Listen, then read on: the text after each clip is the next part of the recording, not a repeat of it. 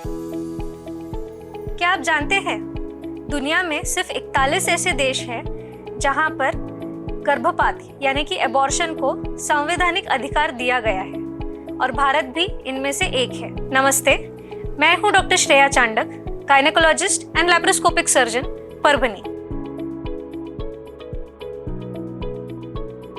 तो आज हम जानेंगे MTP यानी कि medical termination of pregnancy in India के बारे में। भारत में पहली बार 1971 में MTP यानी कि मेडिकल टर्मिनेशन ऑफ प्रेगनेंसी के लिए अधिनियम पास किया गया था, जिसे कि MTP एक्ट 1971 का नाम दिया गया है। 2021 में इसका संशोधन करते हुए सुप्रीम कोर्ट ने कहा कि जिस तरीके से शादीशुदा महिलाओं को गर्भपात का अधिकार है, उसी तरह कुंवारी औरतों को भी गर्भपात का अधिकार है। MTP एक्ट के दौरान गर्भपात यानी प्रेगनेंसी को खत्म करने की इजाजत दी जाती है, लेकिन इसके लिए कुछ कानूनी शर्तें होती है। 1971 के MTP एक्ट के तहत 20 हफ्ते तक गर्भपात करने की अनुमति थी, लेकिन 2021 में जो संशोधन किया गया है उससे 24 हफ्ते तक के गर्भपात करने की अनुमति दी गई है। भारत में गर्भपात को 3 टाइम कैटेगरी में डिवाइड किया गया है। पहला है 20 हफ्ते तक। अगर किसी महिला को प्रेगनेंसी, इंट्रायूट्राइन डिवाइस फेलियर या फिर अनवांटेड प्रेगनेंसी होती है तो वो 20 हफ्ते तक के गर्भपात करवा सकती है।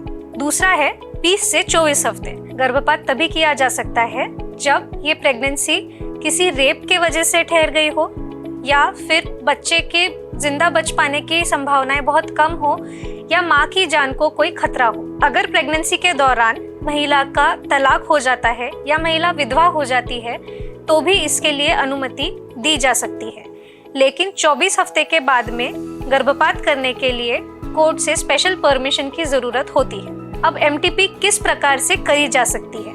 इसके 2 तरीके होते हैं, या तो मेडिकल टर्मिनेशन या तो सर्जिकल टर्मिनेशन। किसी भी प्रकार से टर्मिनेशन ऑफ प्रेगनेंसी करने के लिए यानी कि गर्भपात कराने के लिए पहले सोनोग्राफी कराना बहुत आवश्यक होता है। आपके डॉक्टर उस सोनोग्राफी के हिसाब से और बच्चे की ग्रोथ के हिसाब से डिसाइड करेंगे कि आप मेडिकल टर्मिनेशन करवा सकते हैं या सर्जिकल टर्मिनेशन करवा सकते हैं। तो पहले हम जानते हैं मेडिकल टर्मिनेशन के बारे में। मेडिकल टर्मिनेशन ऑफ प्रेगनेंसी कुछ पिल्स देकर की जाती है, जिसके अंदर डॉक्टर आपको पहले एक दवा देंगे और इसके 48 घंटों के बाद में कुछ दवा या तो आपके योनि मार्ग में रखेंगे या फिर आपको वो खानी पड़ेगी। और ये जो दवाई योनि मार्ग में रखने के बाद या ओरली लेने के बाद में आपको कुछ घंटों के बाद ब्लीडिंग चालू हो सकता है। अब इसके एडवांटेजेस क्या है?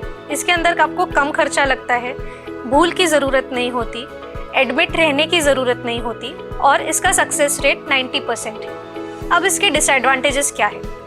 इसमें 10% चांसेस होते हैं कि आपका मेडिकल टर्मिनेशन फेल हो सकता है या तो इनकम्प्लीट यानी अधूरा हो सकता है। इसके अंदर रक्तस्राव ज़्यादा यानी कि ब्लीडिंग बहुत ज़्यादा प्रमाण में होने के भी चांसेस है या फिर काफ़ी पेट दर्द होने के भी चांसेस है। एक बार हम मेडिकल टर्मिनेशन करने के बाद में हमें रिव्यू USG यानी कि पूरी तरीके से गर्भ खाली हुआ है या नहीं है वो कंफर्म करने के लिए सोनोग्राफी करना ज़रूरी है। यदि गर्भपात अधूरा या फेलियर हुआ हो गर्भपात का तो हमें सर्जिकल प्रोसेस करने की ज़रूरत होती है। अब हम जानेंगे सर्जिकल प्रोसीजर के बारे में। इस दौरान आपको एडमिट किया जाता है। आपको ऑपरेशन के 4 से 6 घंटे पहले भूखा रहना पड़ता है। ऑपरेशन के दौरान डॉक्टर आपके गर्भाशय के मुख को डायलेटर से डायलेट करते हैं और जो अंदर गर्भ ठहरा हुआ है उसे या तो सक्शन करके या तो क्यूरेट करके बाहर निकाला जाता है।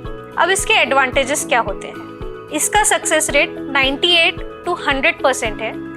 इसमें दर्द कम होता है और ब्लीडिंग भी कम होती है, क्योंकि जो भी ब्लीडिंग होनी होती है वो ऑपरेशन के दौरान ही हो जाती है। इस ऑपरेशन के दौरान किसी भी चीर फाड़ की ज़रूरत नहीं होती।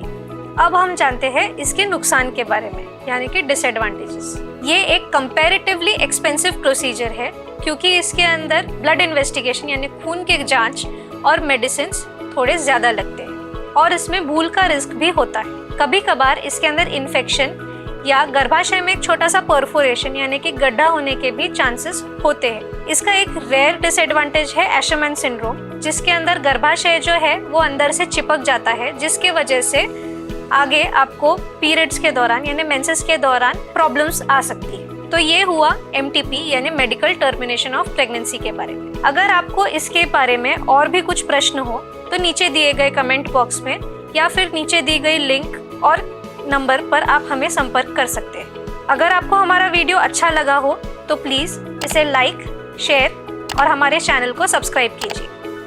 धन्यवाद। सेफ रहे, हेल्दी रहे।